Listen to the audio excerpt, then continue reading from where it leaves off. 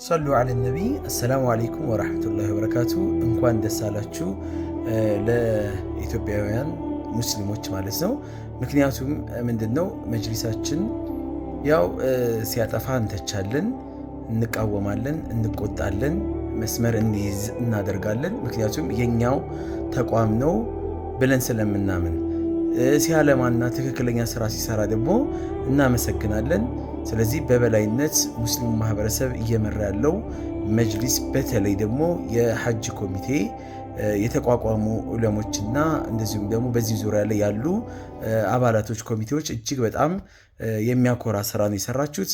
ምክንያቱ ምንድነው ካላችሁ በዘንድሮ የሐጅ የዱዩፍ ረህማን የአርህማን እንግዶች እንክብካቤ በሚገባ በመደረጉ እንክብካቤ ስለተደረገላቸው የሁጃጆች አያያዝ ላይ እንደዚሁም ደግሞ የሐጅ ስነ ስርዓት ክንውን ላይ እንግልት ሳያጋጥማቸው ችግር እና መከራ ውስጥ ሳይገቡ በተቀላጠፈ መልኩ ይህን ነገር በማሳለጣቸውና በማከናወናቸው ምክንያት ሳውዲ መንግስት እንደዚሁም ደግሞ ከሚመለከታቸው አካሎች ማሌዥያንና ኢራቅን በማስከተል ወይም ከነሱ ጋር በመሆን ከሌላ ሙስሊም ሀገራቶችም ሆነ ከሙስሊም ውጭ ያሉ ሀገራቶችን ሐጅን ዘንድሮ ካሳተፉ ሰዎች በበላይነት የዳይመንድ ተሸላሚ መሆን ችለናል። አልሐምዱሊላህ።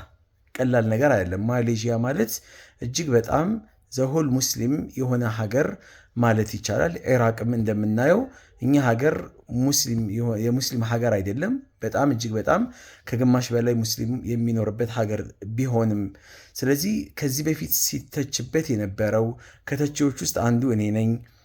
ከዚህ በፊት ሲቃወሙበት የነበረው የመጅሊስ አሰራር ከሚቃወሙት ውስጥም አንዱ እኔ ነበርኩኝ።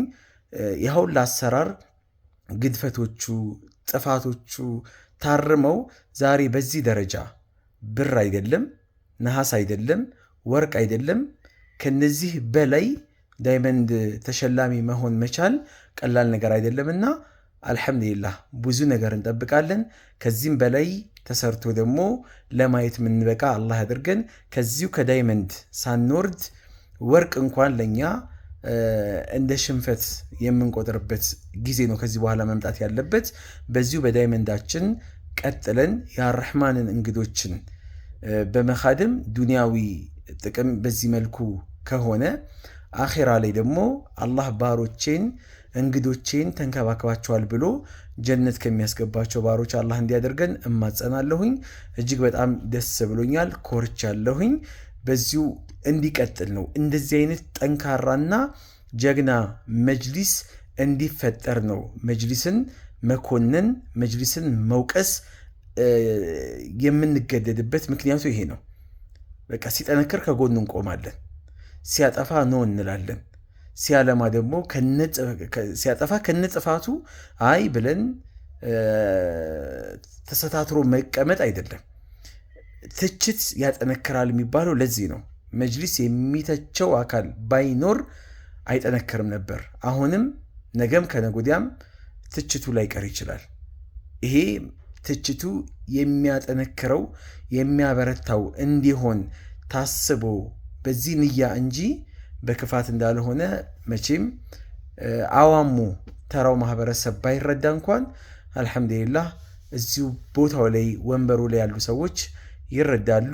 አልሐምዱሊላህ። አሁንም ስሩ፣ ነገም ከነጎዲያም ለትልቅ ደረጃ ትበቃላችሁ። አላህ ኸይር ጀዛችሁን በጀነት ይክፈላችሁ። ሰላም አለይኩም ወራህመቱላሂ ወበረካቱሁ።